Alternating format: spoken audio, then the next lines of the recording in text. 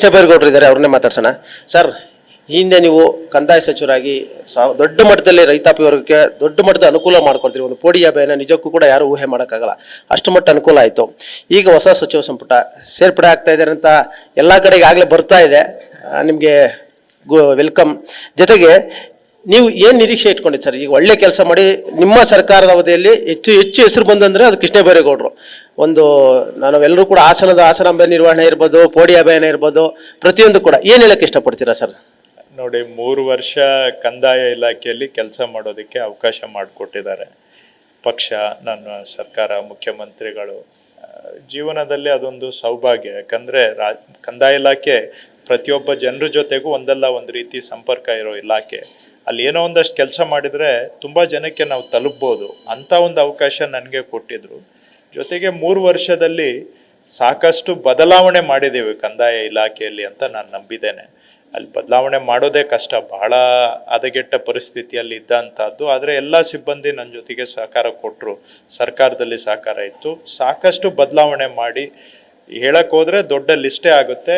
ಎಲ್ಲ ವಿಷಯಗಳಲ್ಲೂ ಕೂಡ ಒಂದು ಮೌನ ಕ್ರಾಂತಿಯನ್ನು ಮಾಡಿದ್ದೇವೆ. ಜನರ ಮನೆ ಬಾಗಿಲಿಗೆ ಹೋಗಿ ಕೆಲಸ ಮಾಡಿಕೊಡುವಂಥ ಪರಿವರ್ತನೆ ತಂದಿದ್ದೇವೆ. ಮತ್ತು ಅಧಿಕಾರಿಗಳ ನಡವಳಿಕೆಯಲ್ಲೂ ಕೂಡ ಒಂದು ಪರಿವರ್ತನೆಯನ್ನು ತಂದಿದ್ದೇವೆ, ಅದು ಬಹಳ ಮುಖ್ಯ. ಮತ್ತು ಸಿಸ್ಟಮ್ ಬಿಲ್ಡ್ ಮಾಡಿದ್ದೇವೆ. ಸೊ 50 ವರ್ಷದಿಂದ ಆಗದೇ ಇದ್ದಂಥ ಅನೇಕ ಕೆಲಸಗಳನ್ನು ಜನಗಳಿಗೆ ಮಾಡಿಕೊಟ್ಟಿದ್ದೀವಿ ಅನ್ನೋ ಸಾರ್ಥಕ ಸಮಾಧಾನ, ಸಂತೋಷ ನನಗೆ ಇದೆ. ಸೊ ಆ ಹಿನ್ನೆಲೆಯಲ್ಲಿ ನಾನು ನಮ್ಮ ಪಕ್ಷದವರಿಗೆ ಇಷ್ಟೇ ನಾನು ಮನವಿ ಮಾಡಿರೋದು. ನನ್ನನ್ನು ಮಂತ್ರಿ ಮಾಡೋದು ಬಿಡೋದು ಪಕ್ಷಕ್ಕೆ ಬಿಟ್ಟಿದ್ದು. ಯಾವತ್ತೂ ನನಗೆ ಎಲ್ಲ ಅವಕಾಶ ಪಕ್ಷ ನನಗೆ ಕೊಟ್ಟಿದೆ.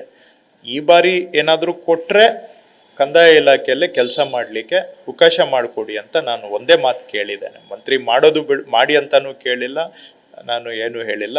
ಅದು ಪಕ್ಷಕ್ಕೆ ಬಿಟ್ಟಂಥ ತೀರ್ಮಾನ. ಮಾಡಿದರೆ ಕಂದಾಯ ಇಲಾಖೆಯಲ್ಲಿ, ಯಾಕೆಂದರೆ ತುಂಬ ಕೆಲಸ ಕಷ್ಟಪಟ್ಟು ಸ್ಟಾರ್ಟ್ ಮಾಡಿ ಅರ್ಧ ಆಗಿದೆ. ಯಾಕಂದರೆ ಇದನ್ನು ಕಂದಾಯ ಇಲಾಖೆಯಲ್ಲಿ ಸಬ್ಜೆಕ್ಟ್ ಅರ್ಥ ಮಾಡಿಕೊಂಡು ಅದಕ್ಕೆ ಸಲ್ಯೂಷನ್ನು, ಪರಿಹಾರ ಹುಡುಕಿ ಪರಿಹಾರನ ಸಿಸ್ಟಮ್ ಒಳಗಡೆ ತೊಗೊಂಡು ಬಂದು ಇಂಪ್ಲಿಮೆಂಟ್ ಮಾಡೋದೇ ಸಾಹಸ. ಅದೆಲ್ಲ ಮಾಡಿದ್ದೀವಿ. ಈಗ ಅರ್ಧ ಕೆಲಸನೂ ಆಗಿದೆ, ಇನ್ನು ಅರ್ಧ ಬಾಕಿ ಇದೆ. ಅದನ್ನು ಕಂಪ್ಲೀಟ್ ಮಾಡೋದಕ್ಕೆ ಒಂದು ಅವಕಾಶ ಕೊಡಿ ಅಂತ ಕೇಳಿದ್ದೇನೆ. ಏನು ಮಂತ್ರಿ ಮಾಡಿದರೆ, ಮಾಡಲೇಬೇಕಂತೇನಿಲ್ಲ, ಮಾಡಿದರೆ ಆ ಇಲಾಖೆ ಕೆಲಸ ಕಂಪ್ಲೀಟ್ ಮಾಡೋದಕ್ಕೆ ಅವಕಾಶ ಕೊಡಿ. ಸಚಿವ ಸಂಪುಟಕ್ಕೆ ಕೃಷ್ಣ ಬೈರೇಗೌಡರ ಅನುಭವ ತುಂಬಾ ಮುಖ್ಯ, ಅದು ಕೊಡುತ್ತಾ. ಜೊತೆಗೆ ಈಗಾಗಲೇ ಕಂದಾಯ ಇಲಾಖೆಯಲ್ಲಿ ನೀವು ಹೇಳಿದಾಗ ಸಾಕಷ್ಟು ಬದಲಾವಣೆ ಆಗಿದೆ ಸರ್.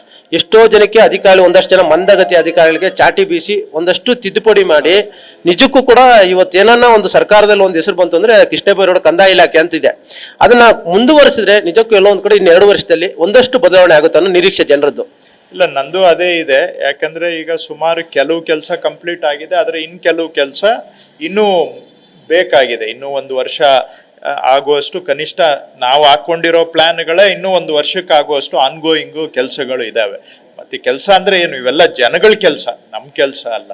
ಸೊ ಎಲ್ಲ ಒಂದು ಕಡೆ ಅದನ್ನು ಕಂಪ್ಲೀಟ್ ಮಾಡಿದರೆ ಇನ್ನೊಂದಷ್ಟು ಸಾರ್ಥಕತೆ ಆಗತ್ತೆ ಅಂತ ನಾನು ಕೂಡ ನಂಬಿದ್ದೇನೆ. ಅದೇ ಕಾರಣಕ್ಕೆ ಕೊಟ್ಟರೆ ಆ ಇಲಾಖೆ ಕೊಡಿ ಅಂತ ನಾನು ಕೇಳಿದ್ದೇನೆ. ಬಟ್ ಅಲ್ಟಿಮೇಟ್ಲಿ ತೀರ್ಮಾನ ಪಕ್ಷಕ್ಕೆ ಬಿಟ್ಟಿದ್ದು. ಅವ್ರು ಯಾವ ಜವಾಬ್ದಾರಿ ಕೊಟ್ಟರು ನಾವು ಮಾಡಬೇಕಾಗತ್ತೆ. ಬಟ್ ಏನಾದರೂ ಚಾಯ್ಸ್ ಅಂತ ಬಂದರೆ ಈ ರೀತಿಯಾಗಿ ನಮ್ಮ ಅಭಿಪ್ರಾಯ ಹೇಳಿದ್ದೇನೆ.